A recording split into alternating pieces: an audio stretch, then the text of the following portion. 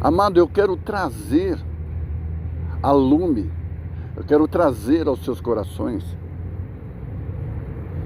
quero trazer aos seus olhos A paz do Senhor Jesus. Amém?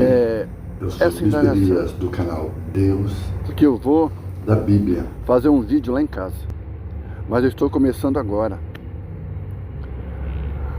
Por que Zorobabel e Josué, o sumo sacerdote, quando voltaram da Babilônia e receberam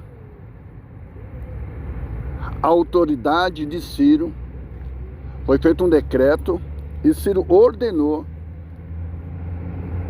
dando ao povo de Israel que estava voltando para Judá, estava voltando para Jerusalém, que eles construíssem o templo do Senhor. E Deus deu a revelação a Josué de como deveria ser construído o templo. E por que eles não construíram o templo? Por que eles não construíram o templo conforme a revelação que Deus deu a Ezequiel? Eis a pergunta: por quê?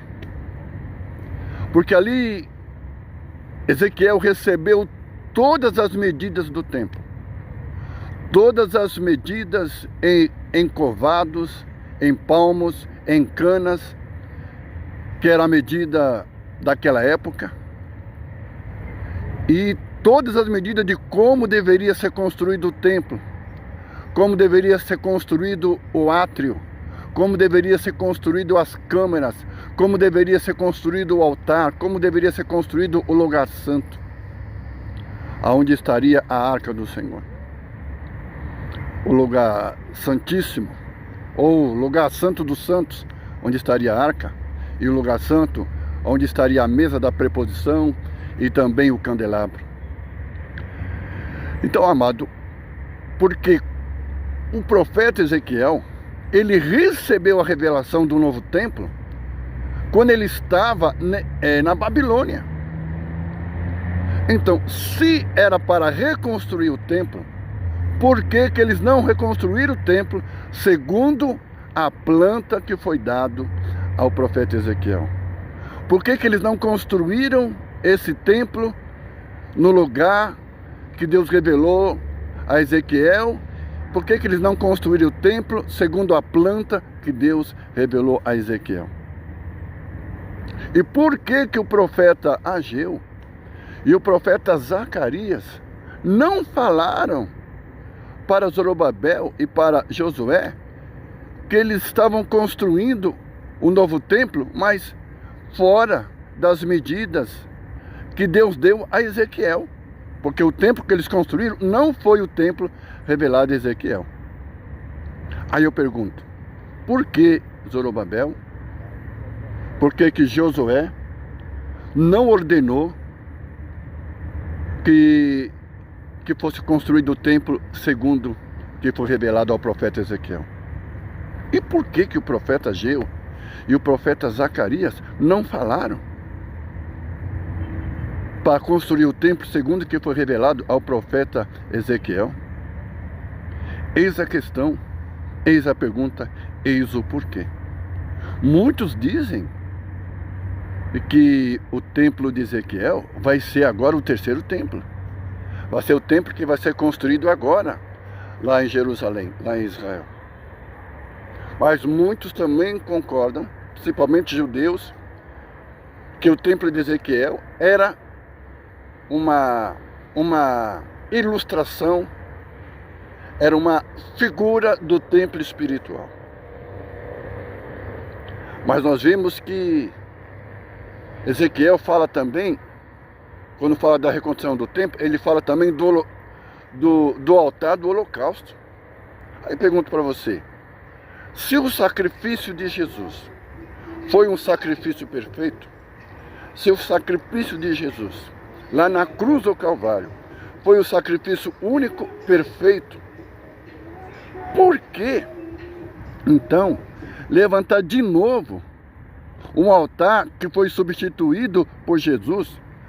Então, porque se eles vão levantar um novo altar e vão, nesse altar, oferecer holocausto de expiação de pecado, então estamos anulando o poder do sangue de Jesus. Isso é para pensar, meu amigo. Porque Ezequiel fala, né, do altar do holocausto. E para consagrar este holocausto, foi revelado a ele que durante 7 dias deveria ser oferecido, né, um bode no altar do Senhor. Ou seja, 7 bodes deveria ser oferecido para expiação do altar. Então vamos voltar com os sacrifícios antigos? Será que o sacrifício de Jesus vai ser anulado? Para nós voltarmos de novo ao sacrifício de animais? Eis a questão. Porque o templo de Ezequiel, o altar que ele mandou construir, tudo que Deus revelou a Ezequiel era para ser construído quando o povo saiu da Babilônia. E por que eles não construíram o templo segundo foi revelado a Ezequiel? Por quê? Será que Zorobabel e Josué, o sumo sacerdote, não acreditavam na revelação de Ezequiel? Não acreditavam que a revelação que o profeta Ezequiel teve era uma revelação de Deus? Será que o profeta Ageu e o profeta Zacarias não acreditavam que essa revelação que o profeta Ezequiel recebeu do novo templo, com as suas medidas, com todas as características da construção, será que eles acreditavam que não era a revelação de Deus? Amados, são perguntas que têm que ser feitas.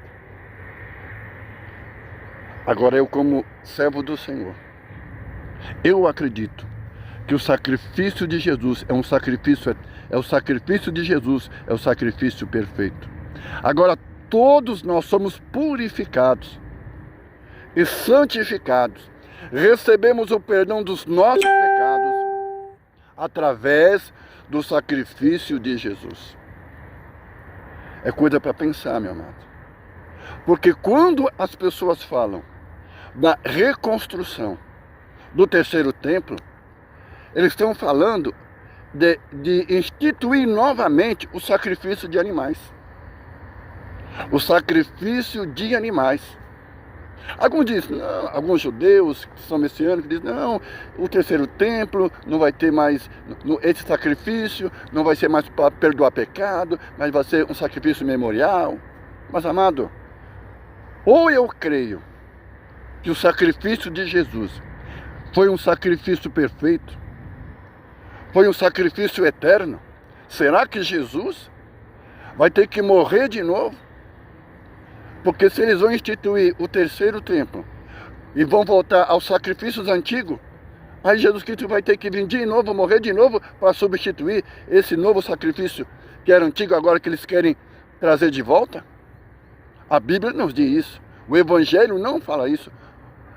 As cartas apostolares não falam isso. O Evangelho de Jesus não fala isso. Então o sacrifício de Jesus, irmãos, foi um sacrifício perfeito e eterno, como diz lá no livro de Hebreus. O sacrifício de Jesus é um sacrifício eterno. Não precisa mais de sacrifício. Não precisa de expiação nenhuma. Jesus realizou a expiação perfeita. Agora nós recebemos o perdão dos nossos pecados pelo sangue de Jesus. O sangue de Jesus é o sacrifício expiatório e esse sangue foi oferecido lá no altar de Deus. Esse sangue foi oferecido lá no altar celestial. Jesus apresentou o seu sacrifício diante de Deus, diante do trono de Deus, diante do altar de Deus que está lá no céu. Então o sacrifício de Jesus é um sacrifício perfeito. Tome muito cuidado com esses que estão pregando a construção do terceiro templo e a volta dos sacrifícios antigos. É coisa para pensar, meu amado. É coisa para eu e você pensar. Eu acredito que Deus revelou o templo para Ezequiel. Até com todas as medidas. Mas o povo não construiu o templo que Deus havia mandado. Foi por isso, amado, que o templo foi destruído nos anos 70 e nunca mais foi construído. Por que que Deus não permitiu que esse templo fosse reconstruído novamente? Vai fazer quase 2000 anos e não tem templo em Jerusalém. Pelo contrário, no lugar onde era o antigo templo, está a mesquita de Omar. E no outro lado está a mesquita de Alquizar. Ou seja, o lugar que era santo para Israel, o lugar santo, o Monte Santo, onde estava o templo de Deus, hoje tem um templo islâmico. Eis aí a questão, meu amado. Por quê? Porque Deus já realizou o sacrifício perfeito. Não precisa mais de templo. Não precisa mais de templo. Não precisa mais de sacrifício, de altar de sacrifício de animais. O verdadeiro templo de Deus agora, ele é vivo. O verdadeiro templo de Deus é o seu povo. O verdadeiro templo de Deus é o povo da nova aliança. É o povo que confessa Yeshua como Mashiach. É o povo que confessa Jesus como Mashiach, o Filho de Deus. É o povo que crê que o sacrifício de Jesus realizado lá na cruz foi a expiação perfeita pelos nossos pecados. Eu vou fazer a segunda parte dessa ministração sobre o templo de Ezequiel. Amado, pense bem. Pense bem e analise de todo o seu coração. Porque é isso que está acontecendo. Muitos vão negar Jesus. Olha, irmão, a condição do terceiro templo vai ser para confundir os crentes. E eu vou dizer uma coisa para vocês, uma revelação. Você sabe quem vai construir o terceiro templo? Você sabe quem vai dar ordem para construir o terceiro templo? Vai ser o anticristo. Junto com a segunda besta. A segunda besta vai conclamar o mundo cristão. Porque como nós vemos na revelação do capítulo 13, a segunda besta é semelhante a um cordeiro.